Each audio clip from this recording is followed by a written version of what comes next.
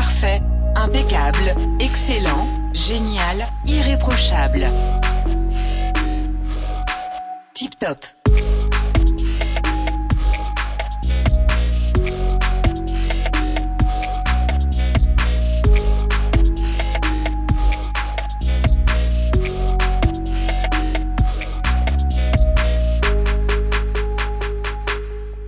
Alors, bienvenue à tous sur ce nouvel épisode de Tip Top où on va parler de colocation. Serge-Yvan Bourque, vous êtes encore peut-être grand fan des colocs. Ben oui, je sais. Ça vous a fait rêver à cette vie-là à plusieurs. Puis étonnamment, votre première coloc a été votre sœur, Serge-Yvan. Bienvenue sur le plateau de Tip Top. Merci.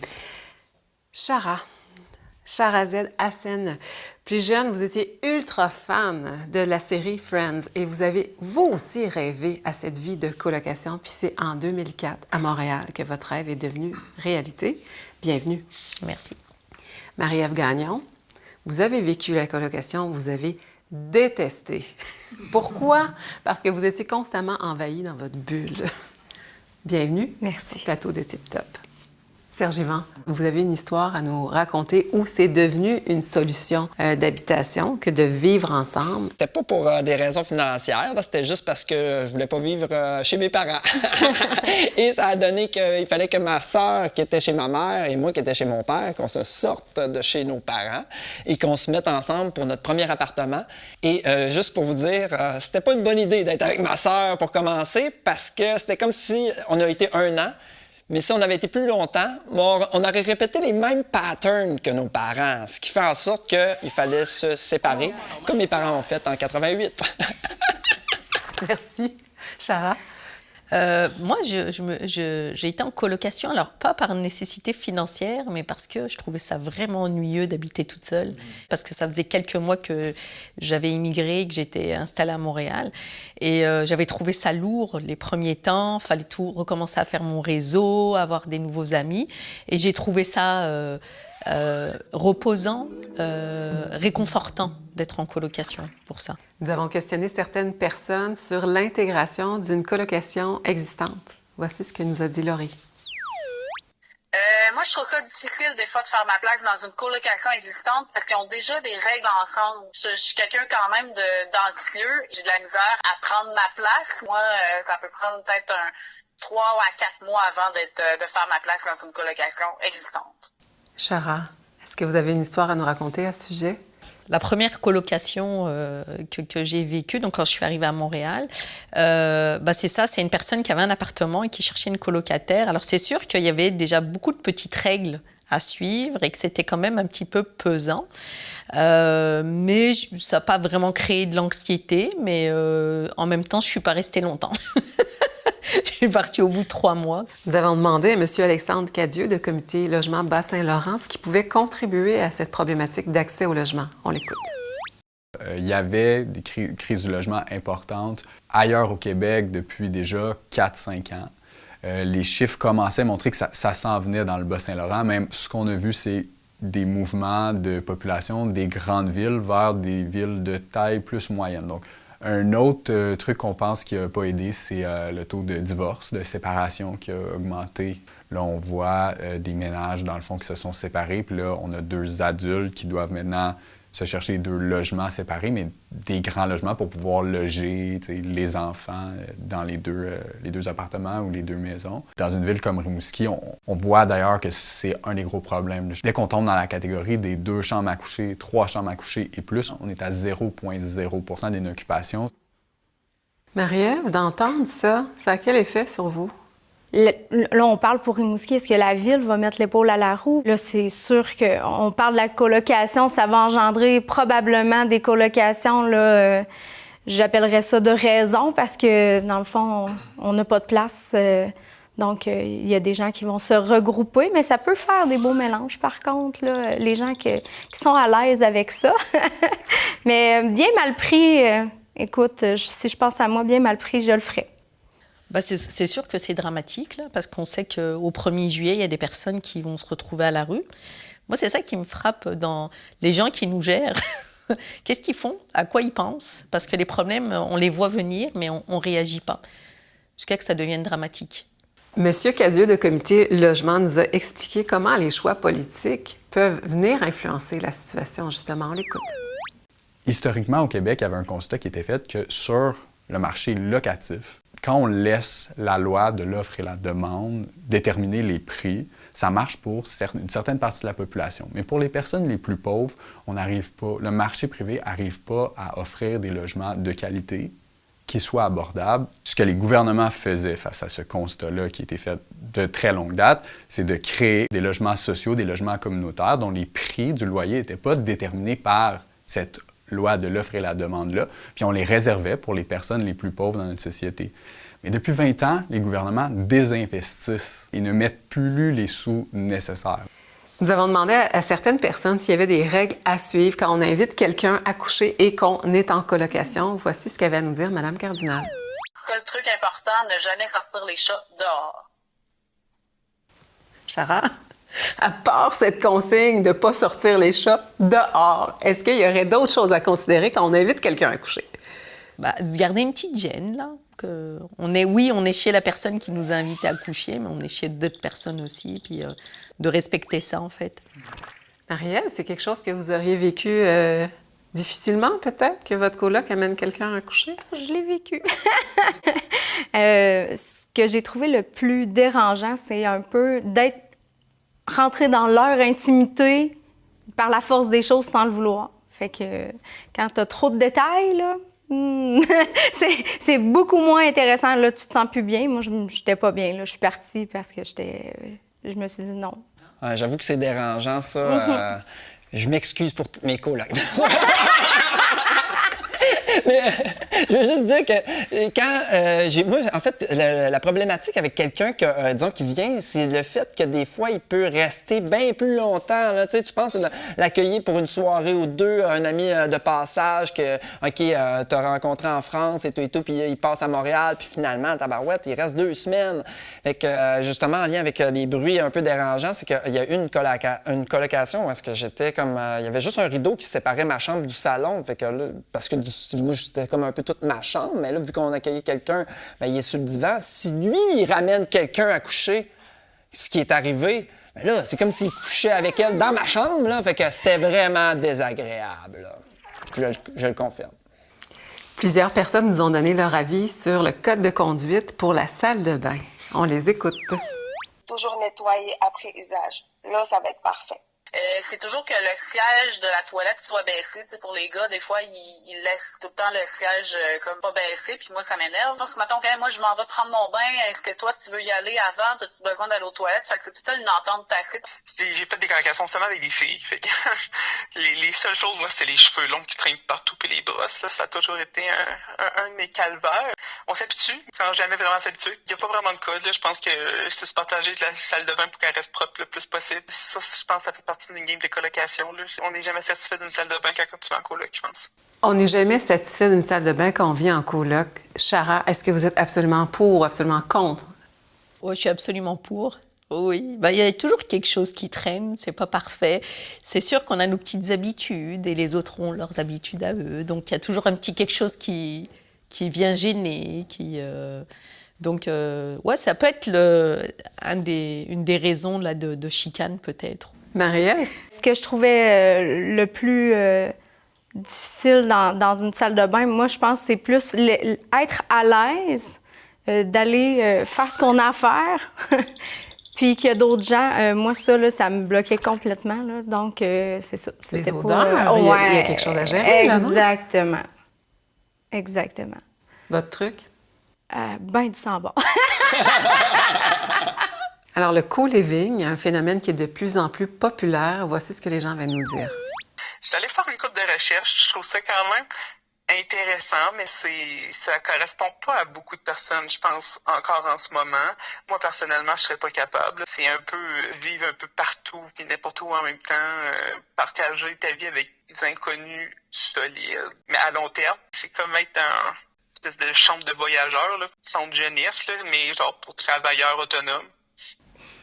Donc, le co-living, ça le dit, c'est vivre ensemble. Puis il y a des gens qui apprécient ce mode de vie-là au-delà de d'une contrainte financière où ils veulent vivre avec des gens. Puis après, on partage le lieu commun, des services comme le ménage ou des abonnements comme la télé ou Internet. En fait, ça prend un objectif commun. C'est ça mon point. Ça prend de quoi qu'on partage ou est-ce qu'on avance dans la même direction. Et je l'ai vécu et je pense que j'aimerais ça le revivre quand mes enfants vont avoir grandi, vont avoir quitté la maison. Puis si, avec disons, ma femme, on est comme en mode hey, ça serait le fun de se rassembler avec d'autres couples ou des personnes qui peuvent être en solitaire, mais qu'on a un objectif commun. Soit qu'on partage le même jardin, la même terre, qu'on a comme une vision. Ça réglerait un problème d'isolement des personnes, tu sais, quand tu arrives à un certain âge. Parce que dans ma tête, la colocation, c'est comme, OK, c'est quand tu es jeune puis tu es jeune travailleur, mais non, ça peut être à tout âge. Là, donc, voilà pour le co-living. Merci. Marie-Ève? Bien, pour moi, ce serait envisageable pour une question intergénérationnelle. Ça pourrait... Je me vois mal placer ma mère. Ma mère est très importante dans ma vie. Je préférerais l'avoir avec moi, puis peut-être, trouver une façon de séparer, avoir une maison. J'ai eu des amis, là, que c'est ce qu'ils vivaient, puis il y avait comme une partie qui était pour mamie, puis le reste de la maison, mais ils se visitaient entre eux autres, puis ils prenaient, exemple, tous leurs soupers ensemble. Je trouvais ça intéressant. Ça, ce serait une façon pour moi de bien vivre là, le co-living. Évidemment, la colocation implique la signature d'un bail, mais on se demandait, est-ce qu'il y a d'autres ententes qui seraient à mettre par écrit? Quelles sont les lois qui régissent ces ententes-là? On a M. Alexandre Cadieux qui répond à nos questions. Toutes les obligations des locataires, chaque locataire en est pleinement responsable. Je donne un exemple concret, le paiement du loyer. Si mon coloc ne paye pas sa part du loyer, le propriétaire peut venir me voir et me demander de payer la totalité du loyer. Ça sera mon problème après de me retourner vers mon colocataire puis d'aller réclamer ma part. Au contraire, si on est en colocation conjointe, si on est deux, on partage un logement, donc j'ai 50 % des obligations, je peux seulement être tenu de payer à hauteur de 50 %. C'est généralement des contrats assez simples à faire respecter. Puis là, après ça, on peut ajouter toutes sortes de choses. Honnêtement, c'est rare que les gens vont signer des conventions entre colocataires qui vont aller plus loin que ça, mais je pense que ça peut être une bonne idée de le faire parce que souvent, on se dit « Ah, mais nous, ça va bien, on n'a pas besoin d'être autant formel puis tout ça », mais ce que j'aime rappeler aux gens, c'est qu'un contrat comme ça, c'est là pour quand ça va mal. Si ça va bien, ça va bien. C'est juste que s'il commence à avoir des frictions, bien là, on va avoir quelque chose d'objectif vers lequel se tourner pour trancher les différends puis empêcher que ça dérape. Quelque chose à ajouter, Chara? Oui, c'est ça. Moi, je l'ai pas vécu, mais moi, j'ai vu presque des histoires d'horreur là, de personnes qui s'en allaient du jour au lendemain pendant que l'autre coloc était absent, qui partait avec la moitié des affaires et que la personne n'avait pas de recours. C'est sûr que dans le pire des cas, ça peut être dramatique là, mais en même temps, je me dis que des histoires comme ça, c'est quand même, ça reste rare là. C'est des surprises. Merci. Marie-Ève, quelque chose à ajouter? C'est sûr qu'il y a des lois non écrites qui se tissent, je pense, au fil de la colocation. Mais oui, ça peut être bien là, de l'écrire au bout d'un moment parce que parfois, c'est ce que moi je comprends n'est pas nécessairement ce que toi tu comprends ou ce que l'autre comprend. Des fois, on n'arrive pas au même point. Donc, quand on clarifie, vraiment net et précis, beaucoup plus facile de s'entendre. Donc, je pense que c'est une bonne idée, là. Alors, on arrive au segment de l'angle mort. C'est le temps d'aborder un sujet qui n'a pas été abordé depuis le début de l'émission. On va écouter le témoignage de Michel. Je vivais vraiment la colocation parfaite. On était un couple et 4 célibataires dans un grand appartement en plein cœur de la ville. Nos soirées se résumaient à du cinéma, des discussions engagées, de la musique toujours à pleine tête, la boisson qui coulait à flot. C'était comme vraiment un gros trip qui arrêtait jamais, là. Jusqu'à ce fameux matin d'automne où une de nos colocataires, je ne nommerai pas, nous annonce « Je suis enceinte ». Ça a été vraiment, je peux vous dire, vraiment un choc, là. On était tout le monde un peu heureux pour elle. En une seconde, elle venait juste de nous péter la balloune. Parce que là, on s'est dit, on va la perdre. Ben non, En fin de compte, elle nous annonce qu'elle décide de mener sa grossesse à terme et qu'en plus, elle désire rester avec nous. Vraiment, à ce moment-là, notre cerveau là, était en feu. On s'est mis à se dire, mais qu'est-ce qu'on va faire? Quelle décision prendre? Ça a été vraiment déchirant. C'est vraiment délicat, hein? C'est le cas de le dire. Moi, en fait, après ma barre, c'est sûr certain que c'est la bonté qui prendrait le dessus, là. Il y avait comme un filet de sécurité pour essayer de l'entourer. Mais c'est sûr certain que pour avoir 2 filles, ça change complètement ta vie, là, un enfant. Oui, merci. Marie-Ève? sais, probablement que cette personne-là a eu de la difficulté à gérer ça. Je sais pas, moi non plus, la suite de l'histoire, mais tu sais, le côté après ça, tu sais, de toujours marcher sur des œufs, de pas vouloir déranger les autres, de se demander, le bébé, va-tu pleurer? Va-tu réveiller tout le monde? C'est toute qu'une gestion. Fait que, tu sais, je pense moi aussi qu'à un moment ou à un autre, la personne en question peut rester à court terme, mais à un moment donné, doit entrevoir à long terme de quitter puis de créer sa propre place. Mais je trouve ça dommage parce qu'elle est contente et puis tout le monde trouve ça. Tu brises la dynamique de notre groupe. C'est bien plate ta grossesse. Je trouve ça dommage. Mais, je suis une grande naïve. Mais oui, mais c'est intéressant de se dire, OK, cet enfant-là peut avoir comme plusieurs papas, plusieurs mamans, et il pourrait y avoir un partage des responsabilités. Disons, comme le jeudi, vendredi, samedi, c'est la colocation qui réveille le petit, puis le dimanche, lundi, mardi, mercredi, c'est le petit qui réveille tout le monde. Fait que tout le monde est égal.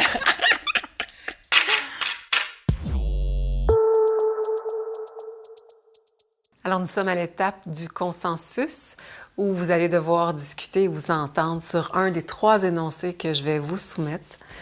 Voici les énoncés. Il est plus judicieux de s'installer avec des inconnus plutôt qu'avec ses meilleurs amis. Énoncé 2. Utiliser un tableau de notes sur le frigo est une bonne stratégie si vous voulez dire quelque chose à vos colocs. 3e énoncé. L'entretien des lieux vaut mieux lâcher prise. Alors, je vous distribue les énoncés en question. Puis, j'espère que vous allez y arriver. Merci. Voilà. Bonne chance. Merci. Avec des meilleurs amis, je suis pas sûre. Moi, j'ai déjà vécu ça là, par le passé, puis ça n'a pas été facile. Puis, tu sais, des fois, on peut perdre des amis, fait que je préfère pas. Nous autres, on procède beaucoup par entrevue. Fait qu'on explique on est qui, puis on rencontre finalement ces inconnus-là, ils peuvent devenir nos meilleurs amis parce qu'on vit avec eux. Les réseaux sociaux, ça existe. Il y a Messenger. Si on a de quoi à se dire, au lieu d'écrire des notes sur le frigo, je le considère comme un manque de respect. Il y a quelque chose qui se passe, on se le dit sur place, soit en live ou un peu après. Donc, moi, en tout cas, de mon côté, je préfère la communication verbale. Comme on est propriétaire de notre maison, nous, moi et mon conjoint, on se partage les tâches et si nos colocataires veulent s'y joindre, ils sont vraiment pas obligés, là, s'ils veulent s'y joindre, ben, ils viennent nous aider, là. Fait que, il n'y a pas un lâcher-prise. Alors, on va découvrir si vous êtes arrivé à établir un consensus. Avez-vous un porte-parole? Oui. Serge Yvan, on vous écoute. Oui, bien, en fait, on a choisi l'énoncé 3. Oui. L'entretien des lieux vaut mieux lâcher prise. Tout simplement, mais pas par... quand on parle de lâcher prise, c'est pas d'abandonner. L'entretien des lieux est important. On veut pas de la négligence, mais à un moment donné, il faut de la souplesse parce que c'est sûr et certain qu'il y a tellement de 1001 situations qui font en sorte que bien, ça sera jamais parfait. La perfection n'est pas de ce monde, donc vaut mieux lâcher prise. Et c'est pas juste pour l'entretien des lieux, là, ça pourrait être pour pas mal 100% de toutes les sphères de la colocation. Merci et merci d'avoir participé à l'émission. Marie-Ève, Chara, Serge Yvan. Avec vous, ce que j'ai appris aujourd'hui, c'est que la colocation, ça peut être agréable, mais c'est pas simple. Alors, on remercie les gens à la maison et je vous invite à un prochain épisode de Tip Top.